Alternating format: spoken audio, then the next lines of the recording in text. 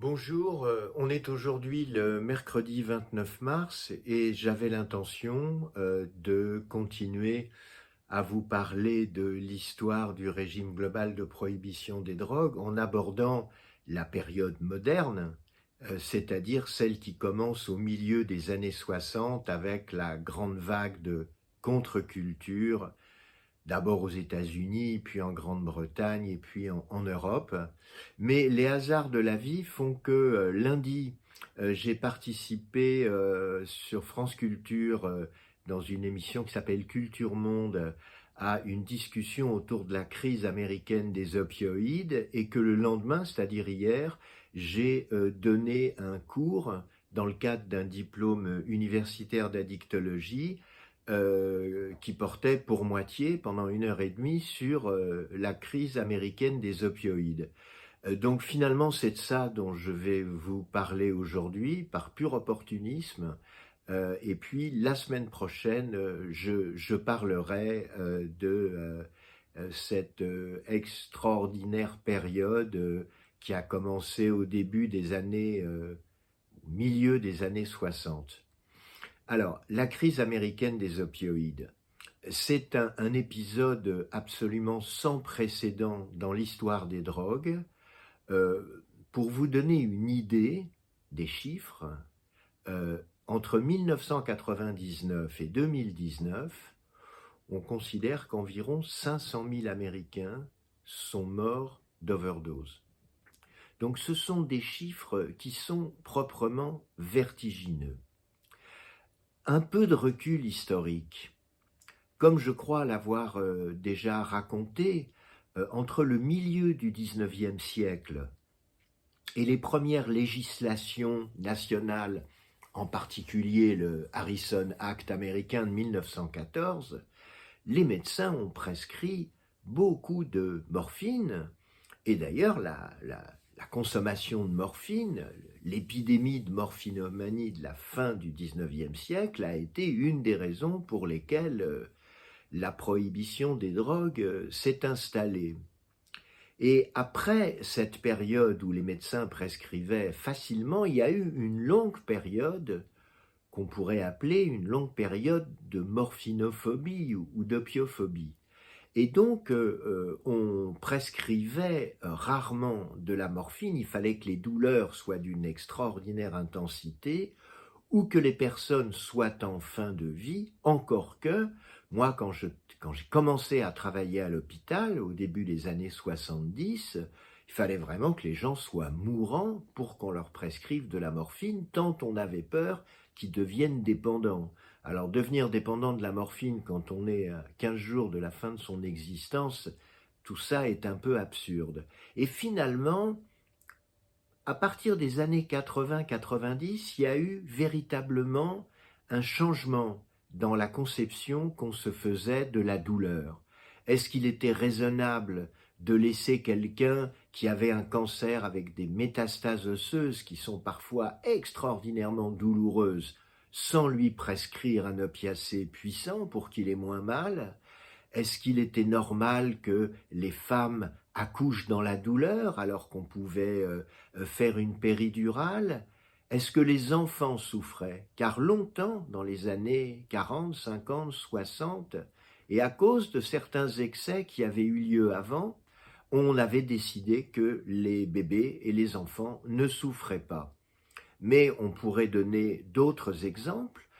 Lorsqu'on est opéré, on a mal on a mal surtout les quelques jours qui suivent l'intervention elle-même. Est-ce que ça n'était pas une idée raisonnable de soulager en post-opératoire les personnes qui venaient donc d'être opérées? Finalement, c'est une nouvelle conception de la douleur qui est née dans ces années-là, et on a considéré légitimement que le rôle des médecins, c'était de soulager la douleur. Alors, qu'est-ce qui s'est passé aux États-Unis? Aux États-Unis, un certain nombre d'entreprises pharmaceutiques ont mis sur le marché des opioïdes. Le symbole de cette première période, c'est l'Oxycontin, qui a été mis sur le marché en 1995 par une entreprise pharmaceutique qui a aujourd'hui été mise en faillite, qui s'appelle Purdue Pharma et qui appartenait aux frères Sackler. Alors pourquoi est-ce que je commence comme ça? Parce que j'ai vu il y a peu de temps un très beau film qui raconte le combat de la photographe Nan Goldin contre les Sackler, qui, en dehors du fait qu'ils ont gagné des milliards sur la douleur avec leur OxyContin, étaient de grands philanthropes dans les musées d'art du monde entier, y compris au Louvre, au Met, etc. Et elle s'est farouchement battue avec un groupe d'activistes qui s'appelait PAIN, c'est un acronyme, je ne me souviens plus de ce que ça veut dire, mais c'est un acronyme, pour que le nom de Sackler soit retiré de ces musées, et dans une large part, elle y est parvenue. C'est un très beau film que je vous conseille de voir et qui s'appelle « Tout l'amour et le sang versé ». En plus, le titre est magnifique. Enfin, c'est un film c'est un documentaire de 2 heures qui a été largement repéré par la presse internationale. Donc, l'OxyContin est mis sur le marché en 1995. Alors on pourrait se dire, bon, c'est peut-être un opiacé relativement récent, pas du tout. L'oxycodone, qui est le principe actif de l'OxyContin, l'oxycodone est un opiacé semi-synthétique, comme l'héroïne. Hein. C'est pas un opiacé naturel, c'est pas un opiacé complètement synthétique, c'est comme l'héroïne, un opiacé naturel qu'on a un peu modifié. Et donc, il a été synthétisé en 1916.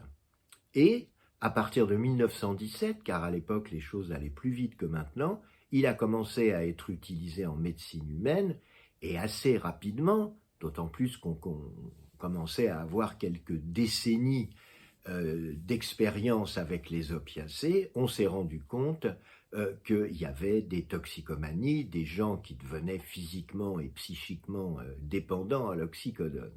Donc, lorsque l'OxyContin est mis sur le marché par Purdue Pharma en 1995, la Food and Drug Administration, la FDA américaine, qui décide du sort des médicaments, qui donne ou qui ne donne pas les autorisations, ne pouvait pas ignorer que l'oxycodone pouvait rendre lourdement dépendant et pouvait provoquer des overdoses. Il n'empêche que autorisation a été donnée au départ d'une manière relativement raisonnable, c'est-à-dire que l'OxyContin était réservé aux douleurs liées au cancer. Mais assez rapidement, la FDA a étendu considérablement les indications concernant ce qu'on appelle les douleurs chroniques non cancéreuses. Typiquement, les douleurs rhumatologiques, les gens qui ont des lombalgies, qui ont mal au dos, et il y a des dizaines de millions d'Américains qui sont dans ce cas. On évalue entre 50 et 70 millions les Américains qui ont des douleurs de dos ou des douleurs lombaires et qui devenaient des cibles pour ce médicament. Et ce d'autant qu'aux États-Unis, contrairement à ce qui se passe dans les pays européens, on peut faire de la publicité pour des médicaments sur prescription. En Europe, ça n'est pas possible. Les seuls médicaments pour lesquels on peut faire de la publicité sont les médicaments qui sont en vente libre. Mais lorsqu'un médicament est sur prescription, la publicité n'existe que dans les revues médicales. Il n'y a aucune publicité en direction, en direction du grand public. Avec une communication extrêmement agressive, il faut bien le dire, une quasi-corruption d'une partie du monde médical, l'OxyContin a été vendu dans des quantités véritablement astronomiques. Et il y a des millions d'Américains qui se sont retrouvés dépendants de l'OxyContin, de l'oxy. Et l'oxy est le symbole de la première période de cette crise des opioïdes, qui va donc de 1995 ou du début des années 90 jusque vers 2010. Et pendant une quinzaine d'années, les overdoses ont doucement augmenté. Finalement, on a quand même demandé à Purdue Pharma, est-ce qu'il était normal, c'est la FDA qui l'a fait, est-ce qu'il était normal qu'il y ait autant de prescriptions et qu'il y ait une augmentation significative du nombre de décès. Et Purdue Pharma et d'autres laboratoires, Purdue est le symbole de tous ces labos qui ont fait à peu près la même chose, Purdue a dit, mais écoutez, c'est parce qu'il y a des toxicomanes, ils pilent les comprimés, ils les sniffent ou ils les injectent, et c'est pour ça qu'il y a des problèmes. Bon, très bien. Alors on a modifié l'oxycontin, on y a ajouté un antagoniste opiacé qui s'appelle l'analoxone, ou alors on a fait des formulations qu'il était impossible de casser, même avec un gros marteau, tamper resistant, ou alors qui ne pouvaient pas se dissoudre dans l'eau. Et puis on a commencé à restreindre un peu les prescriptions. Le résultat, c'est qu'un certain nombre de personnes qui avaient commencé à prendre de l'oxycontin ou d'autres opiacés parce qu'ils étaient douloureux, parce qu'ils avaient des symptômes douloureux, eh bien ils sont allés sur le marché clandestin acheter de l'héroïne. Assez rapidement, les cartels mexicains se sont d'ailleurs rendus compte que la demande d'héroïne augmentait. Et c'est là que commence la deuxième partie de ce drame.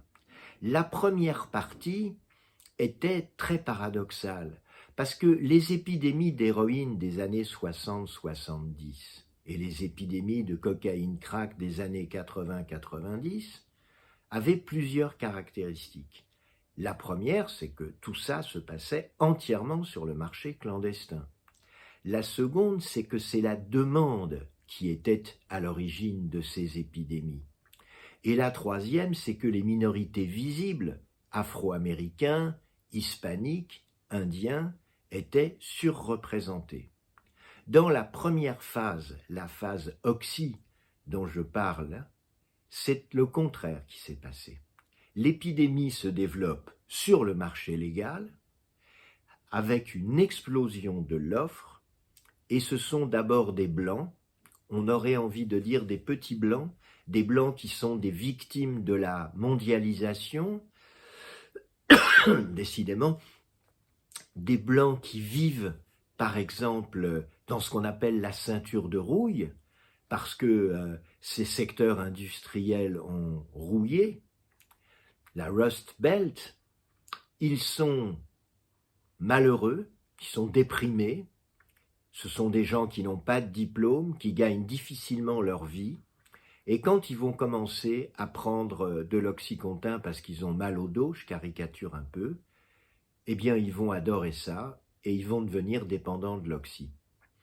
Il y a un prix Nobel d'économie, Angus Deaton, et sa compagne et collaboratrice, je crois, Anne Case, qui ont écrit un livre passionnant qui s'appelle « Mort de désespoir, l'avenir du capitalisme », et dans lequel il raconte comment des Blancs, on pourrait dire issus de la classe ouvrière, sont morts soit de suicide, soit d'alcool, soit, et c'était la cause principale, d'overdose d'opioïdes dans ces années-là. La deuxième partie de l'épidémie est complètement différente, parce que d'abord elle se passe sur le marché clandestin, elle ne se passe plus avec l'oxycontin, mais avec ce qu'on appelle les fentanyloïdes, ou les fentanyls non pharmaceutiques, c'est-à-dire des fentanyls issus du marché clandestin, et qu'elle concerne aussi les minorités visibles, les Afro-Américains, les Hispaniques, etc. Les fentanyls représentent la deuxième rupture dans l'histoire des opiacés. La première rupture, c'est l'isolement de la morphine au début du XIXe siècle. Et la seconde, ce sont les fentanyls. Le premier fentanyl a été synthétisé, alors les fentanyls, ce sont des opioïdes entièrement synthétiques, hein, ils ne sont pas semi-synthétiques comme l'oxycodone ou l'héroïne, et ils ne sont certainement pas naturels comme la morphine. Donc le premier fentanyl a été synthétisé en 1959, et a été utilisé en anesthésiologie-réanimation. Ensuite, il y a eu toutes sortes de galéniques des fentanyls qui peuvent être tout à fait utiles en médecine, en particulier des patchs de durogésique et d'autres formulations. Et malheureusement, il s'avère que ces fentanyls, car il y en a plusieurs, jusqu'à un fentanyl presque mythique qui s'appelle le carfentanyl, qui sert à endormir ou à soulager de gros animaux comme les éléphants, et dont on dit qu'un grain de sel de carfentanyl peut mener de vie à trépas. Il est 10 000 fois plus puissant que la morphine. Je dis bien 10 000. Ça ne veut pas dire qu'il provoque nécessairement 10 000 fois plus d'overdose, mais ça veut dire qu'on est dans un autre monde avec les fentanyls ou avec les fentanyloïdes. Les fentanyls issus du marché clandestin proviennent principalement de Chine, ce qui est évidemment un peu étrange dans un pays où tout le monde est surveillé comme dans la société de Big Brother, mais enfin c'est comme ça, et du Mexique, qui a la plus longue frontière qu'un pays pauvre ait avec un pays riche, cette frontière de 3000 km entre le Mexique et les États-Unis. Il s'avère que les fentanyloïdes, les fentanyls non pharmaceutiques, le fentanyl en général, ça n'est pas très compliqué d'en trouver les précurseurs et la synthèse elle-même n'est pas très difficile. Ce qui fait qu'il y a eu énormément de fentanyloïdes sur le marché clandestin à partir de ces 10 dernières années, à partir de 2013 aux États-Unis, et c'est là que les overdoses ont véritablement explosé. Il y a eu un nombre considérable d'overdoses. Il y a certains quartiers de grandes villes américaines qui sont devenus des quartiers où ce qui prédomine, ce sont des scènes ouvertes de gens qui consomment du fentanyl. Et la prise de conscience du désastre qui avait lieu aux États-Unis a été extrêmement tardive. Cette prise de conscience, on peut considérer qu'elle commence à partir de 2015, 2016, 2017. Et là, on commence à prendre la mesure de ce qui se passe aux États-Unis et d'ailleurs de la même manière au Canada, donc de ce qui se passe en Amérique du Nord. La plupart des grands médias font des enquêtes qui montrent à quel point il y a eu à la fois une responsabilité des laboratoires pharmaceutiques, une responsabilité des médecins prescripteurs, mais aussi une responsabilité des grandes institutions américaines enviées par la terre entière, comme la Food and Drug Administration, la FDA, mais aussi comme le CDC, le Center of Disease Control, qui est une des meilleures, sinon la meilleure structure d'épidémiologie du monde, ou comme le NIDA, le National Institute on Drug Abuse, qui est la structure de recherche états-unienne avec un budget d'1 milliard de dollars par an. Donc il y a une dimension de mensonge et de corruption dans cette crise des opioïdes qui est absolument redoutable. Depuis 2017 environ, les procès se sont multipliés et un certain nombre de grands laboratoires, à commencer par Purdue Pharma, le fameux laboratoire des frères Sackler, ont été obligés, pour éteindre les différents procès qui leur étaient faits, soit par des États, soit par des villes, de sortir des sommes considérables. Mais toutes ces sommes ne seront probablement pas suffisantes pour commencer à se rendre maître de cette épidémie qui continue aujourd'hui. Alors, qu'est-ce qu'il faut faire ? Il faut faciliter l'accès aux soins. Vous savez qu'aux États-Unis, il n'y a pas d'État-providence comme en France, il n'y a pas de couverture maladie universelle, les choses sont beaucoup plus compliquées que ça. Ensuite, il va falloir développer les salles de consommation à moindre risque, ce qu'on appelle parfois les salles de shoot. Il n'y en a aucune actuellement aux États-Unis. En Amérique du Nord, à ma connaissance, il n'y en a qu'une seule, c'est celle qui se trouve à Vancouver. en Colombie-Britannique, au Canada. Il va falloir développer les traitements de substitution par buprenorphine, parce que la buprenorphine est un opiacé tout à fait particulier qui met très largement à l'abri des overdoses.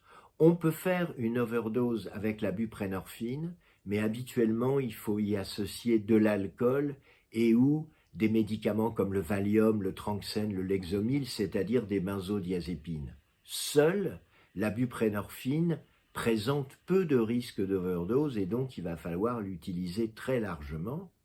Il va falloir évidemment mettre en place un accès facilité aux seringues propres et puis aussi il va falloir faire du travail social dans le domaine de l'hébergement, dans le domaine de l'accès aux droits. Cette épidémie, cette gigantesque épidémie, va mettre des années, sinon des décennies, à se calmer. Et c'est un immense paradoxe parce que j'ai commencé par vous parler du Harrison Act de 1914. Figurez-vous qu'à cette époque, des médecins, environ 3000 médecins, ont été incarcérés parce qu'ils prescrivaient des opiacés alors qu'on leur demandait de ne plus le faire, sauf motif légitime, et que des dizaines de milliers d'entre eux ont été poursuivis parce qu'ils prescrivaient des opiacés.